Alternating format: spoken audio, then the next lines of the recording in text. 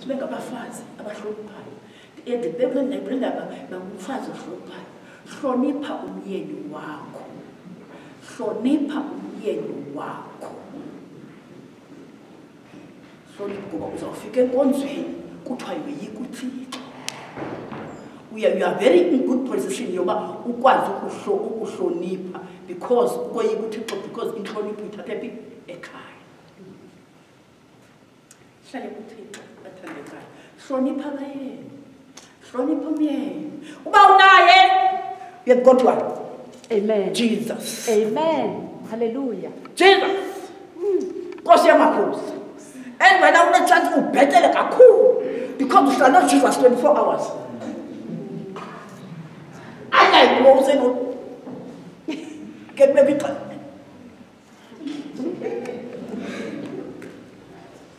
Hlala no Jesus 24 hours. Phatha kakuhle Yesu wakho. Amen. Phatha kakuhle bani? uYesu wakho.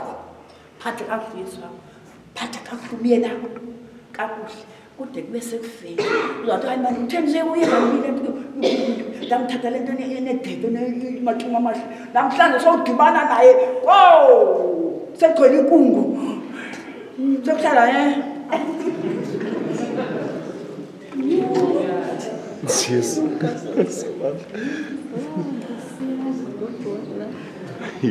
Noma singahlala kabuhlungu lomfiswe. Umoya wenkosi uhleli nathi. Sizolwana ngaphesheya kwelizayo.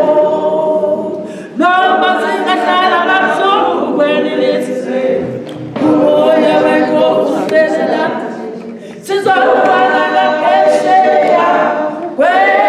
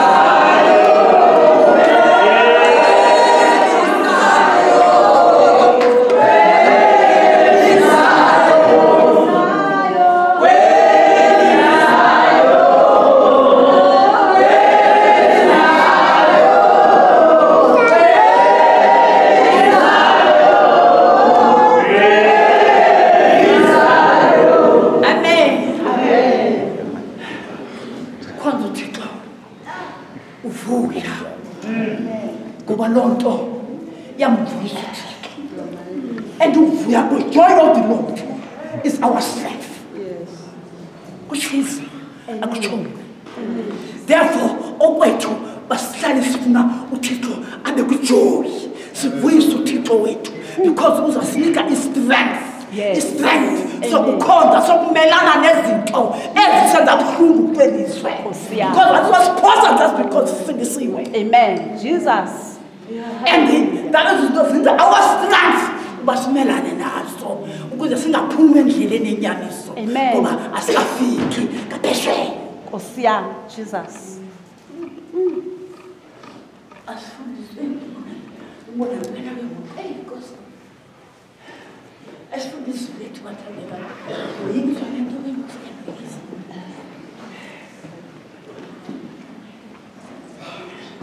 Asifundise lethu engiyenza.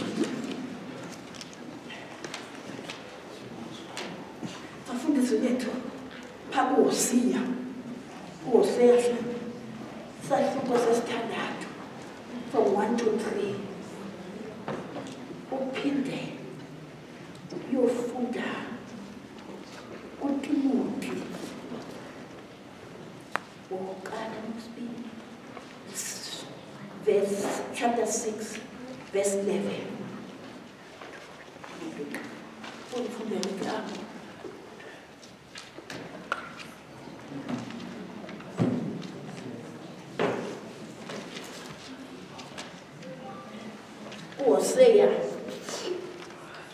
Hosea chapter 6 from verse 1 to 3.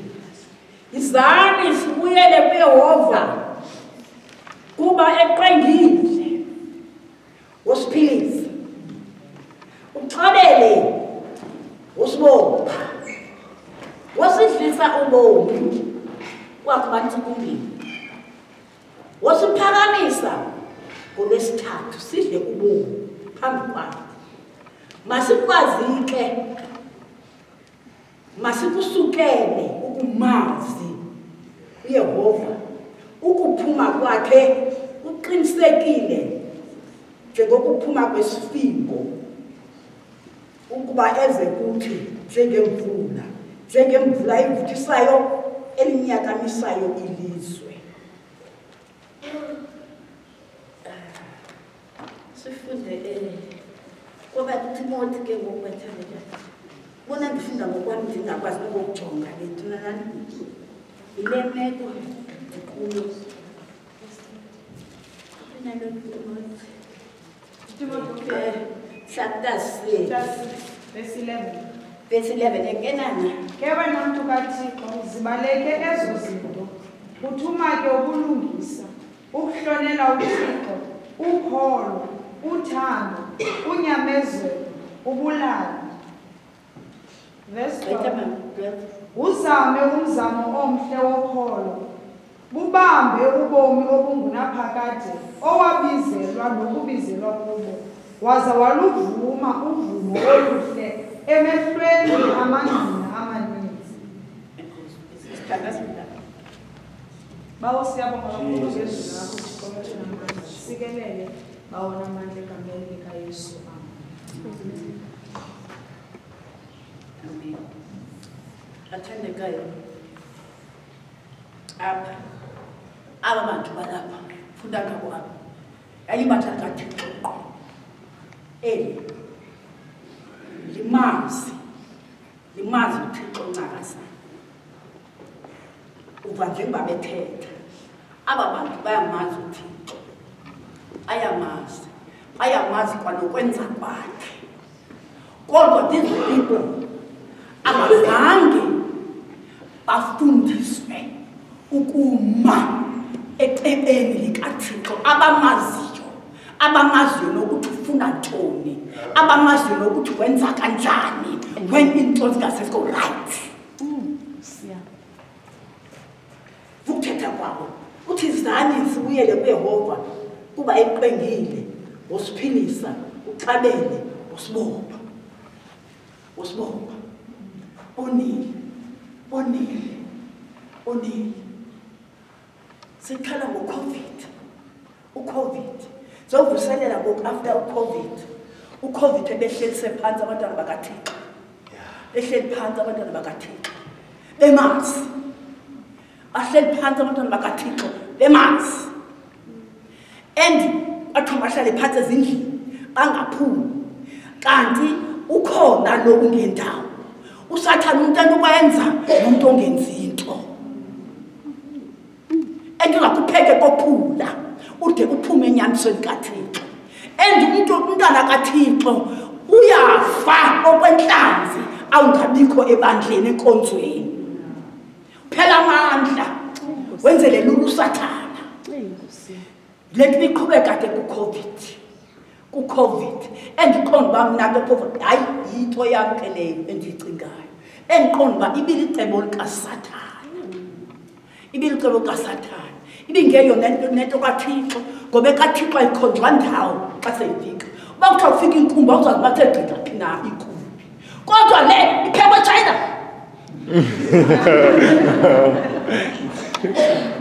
ncebo kabani ncebo kasathana wasihlalisa phansi yenzekile idamage soze mamuhlale unyaka nangaphezulu ungakhonzi kanti ayikho usathana akasebenzi ngawo Sebenzile ngawukwenzisile izinto ezixambu nomthetho kabani kaThixo. uThixo ke sithatha xa uThixo onenceba onosizi ngobubi. Amen. Onosizi ngobubi wayesaziwa kwabo gaba kuthiwa akho nditsha phantsi kwelanga nakwelithi xesha uThixo senjalo. uThixo unosizi ngobubi. uThixo banomsindo wakwenza rongo akupanishe kuthiwa isono sihamba nantoni nempindezelo. uThixo akupanishe. uThixo akuphethe ngezifo uva kuthiwa baxakele baqengiwe. That is God. uThixo ebecasuka benomsindo. uThixo banomsindo kodwa kuba nomsindo umzali. Bathi mhlawumbe cases ezininzi akhange bona ababuyanga bona bayazazi basantyumpa ezonweni kodwa bebashu lamvila kaThixo lihleli kubo bangabuyi. kodwa uThixo kubuye kwa uThixo ebebapanishile athi ukuba ningabuyela kumkhenkeziyo ndabuya ndibe nguThixo wenu. Amen, Jesus. Unjani uThixo nalapho uyamazi ngoba ubuphume kuThixo uwile indawo qala uwile. uthi ke ngoku wosibopha asidlise ubomi second day uhlaliswe pha second day ukuvusile musi ukuvusile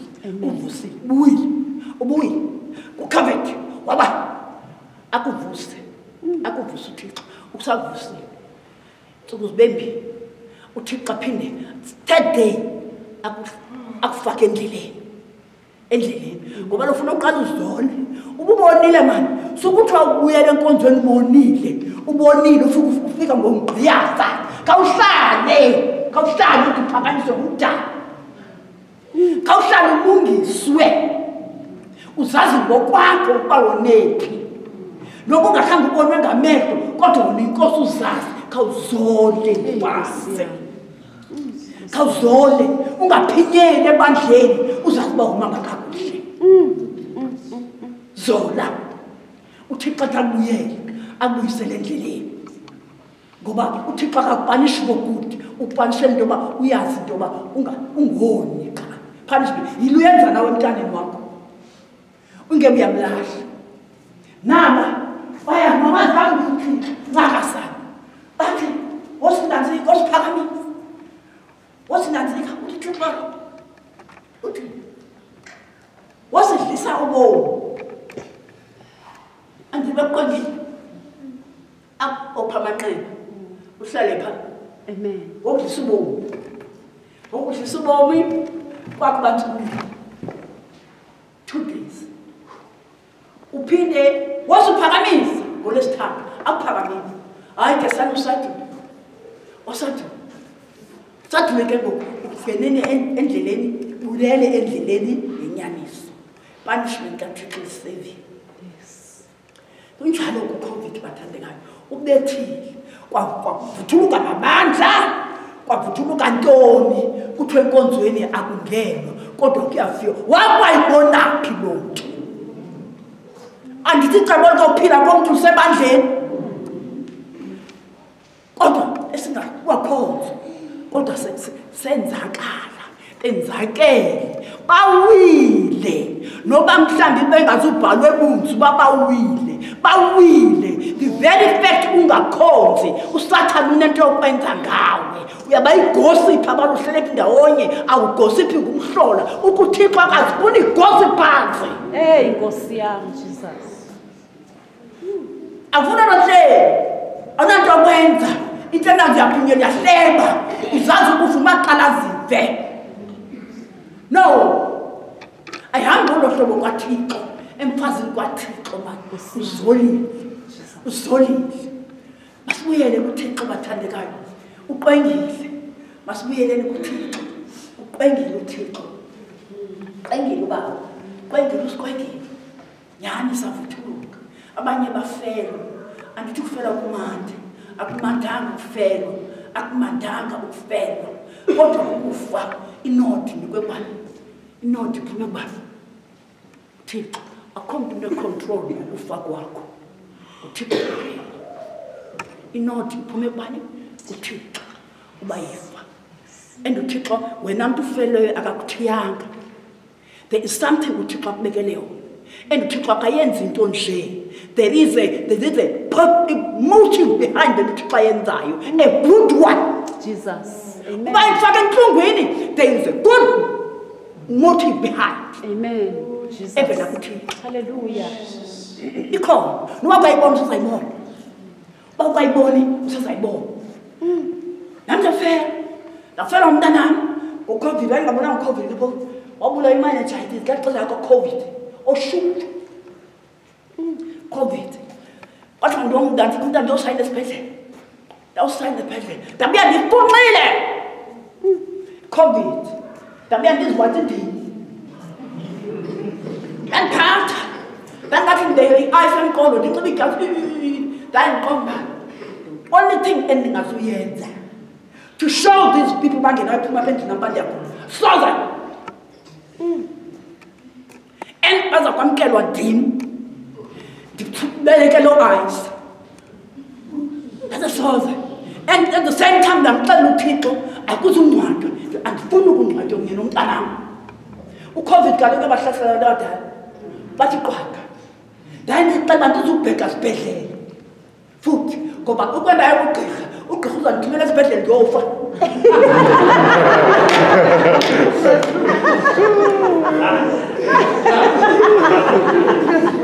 Andaya. Ndahlala 2 weeks. Mincile. Ngenza buhle bamngena abantu enqoba bathi hey undiphethe ihlamba inqile into aqobo undiphethe indawulala khona bempila abantu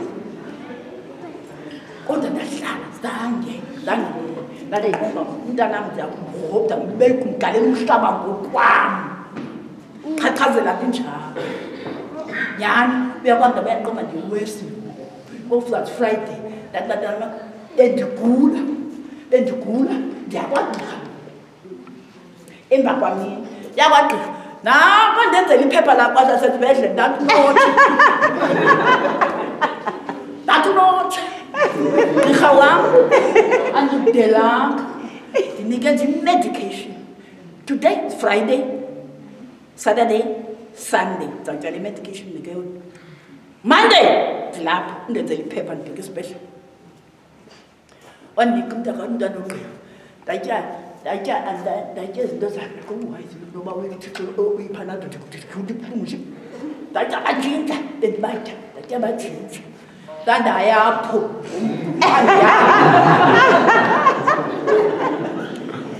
uThixo andiphilisa. Andifake COVID. Amen. Phuthanisele kodwa andifake COVID because ndakuthemba uThixo. Kuthemba uYehova nokuphepha ngayo khoko kulungileyo okungathethwa abantu. Amen. Hlala kuThixo. Thembela kuThixo. Le meko kuyo andikhathali noba yeyekhaya. Andikhathali noba yantoni yokufelwa. Andikhathali noba yantoni kodwa thembela kuYehova. Ilisuka yonke xa liphile phezu kwakho uba uThixo akuphilise. Amen. Akuphilise. Uyagula. Isimobuso disappointment ohlangabeza nazo ziyakugulisa. Kodwa uThixo amandla kaThixo ngaphezulu kwe-disappointment. Jesus. Yes, Lord. Hlangabezana nazo. Be strong. Nkosi yami. Be strong.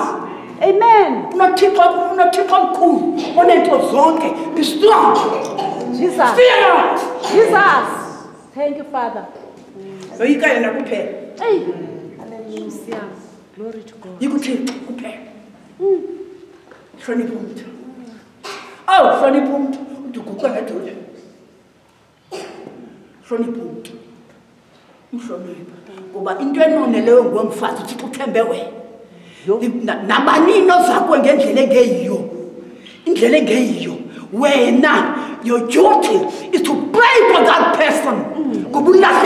Amen. Amen. Jesus. Not to tell me that. Pray for that. Because you have no man or to fix a problem. Amen. Jesus. To temper. uthemba always uzibali yathi kwathi ukwasebenza amazwi abantu uthi bonto hlanhle don't hayi ngama senyonzo abantu abangamileyo lawo hayi andifuni mina lokho ngoba mina ndiyabusa Amen. angeke kuthiwe ndimpondo hlanziwe isalad isicaka sisicaka ndakuxelela ngaso before ndimngani sisicaka ngeke whatever into ndiyenzayo ndicela ukuba because mna ndiyathetha nje andithethi andikwazi uthetha andikwazi ukwenza into okwazi ukwenza kubani uthixo. Amen. Amazwi okuphila kubani uthixo athandekayo hlale kuthixo mahlale kuthixo uthixo ekugqibeleni ndiyaqakatha ngophathandeka ndoyika nalo COVID nale nto into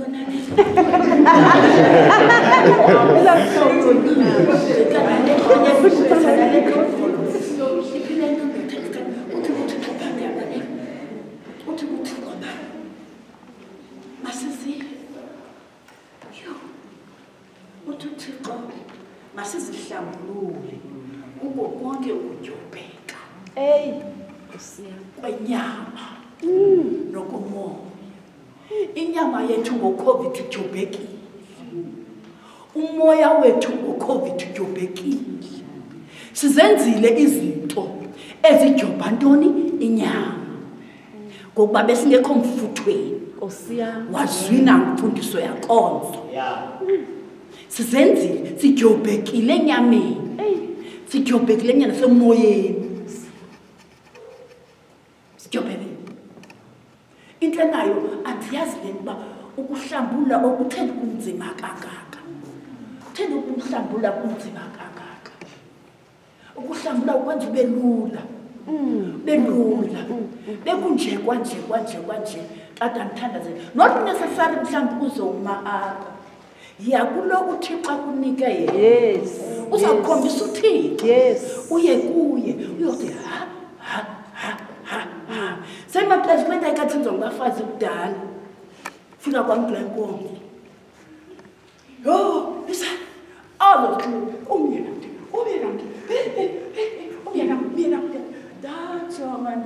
Latshintsha ilizwe. Ufumanisa into ezintoni izindlulile ezizililo ikhala ngazo apha. Kuphungwa ngazo apha. Mama. Phungwa ngazo. Whatever nto ekuphetheyo ayizukusuka iza kuqeqethwa komhlwa ungakhange uyiconfess. Yes. Confess. Thetha kulo uThixo uthileleyo. Thetha. Ungahambi uhlala ngetilinen yomzi wakho. Yey nina ngaphinde nokuxela ngabe bekhwemyeni bakho. Usinda ngalo myeni akho nje manje. Ungathanda inyama zakho na. Awubona uhlaziswa your own self. Uthatha into zasendlini yakho apha. Siziboni bokuthanda uThixo na glory uqamkileke kuye. Nkosi yami. Ngoba uzaphinda umthanda. Uthanda if mazomshiya. Athi mfazi waphandle apha. Mfazi waphandle apha, mfazi wakaThixo. Lithemba likaThixo. Nkosi yami. Nceda lo mntu.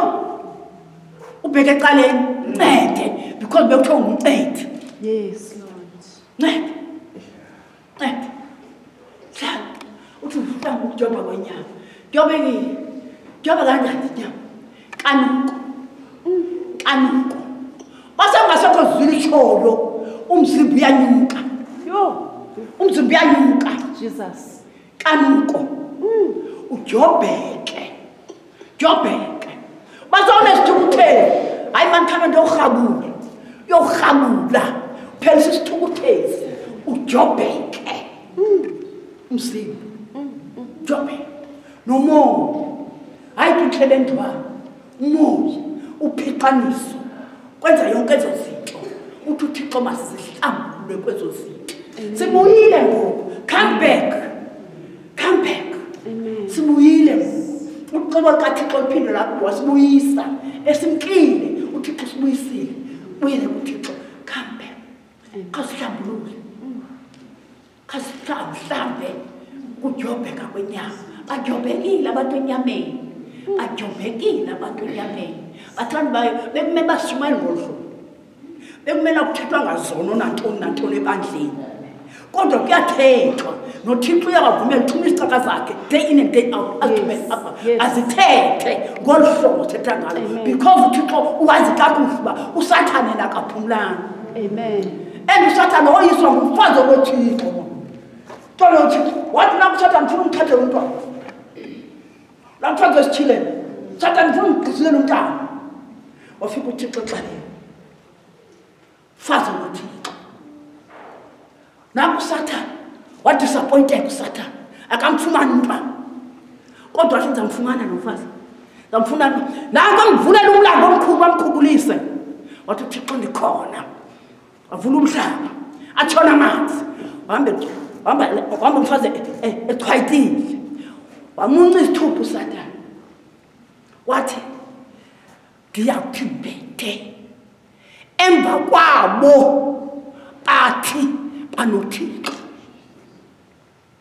uSatan ungene ephuma ebandleni ebantwini abonoThixo baphumula abantu abangenaThixo kodwa apha uSatan ungene ephuma ngoba wayefungile wathi akwabi ulambila lakhe uyawubeka phezu kwabo bathi Siyami.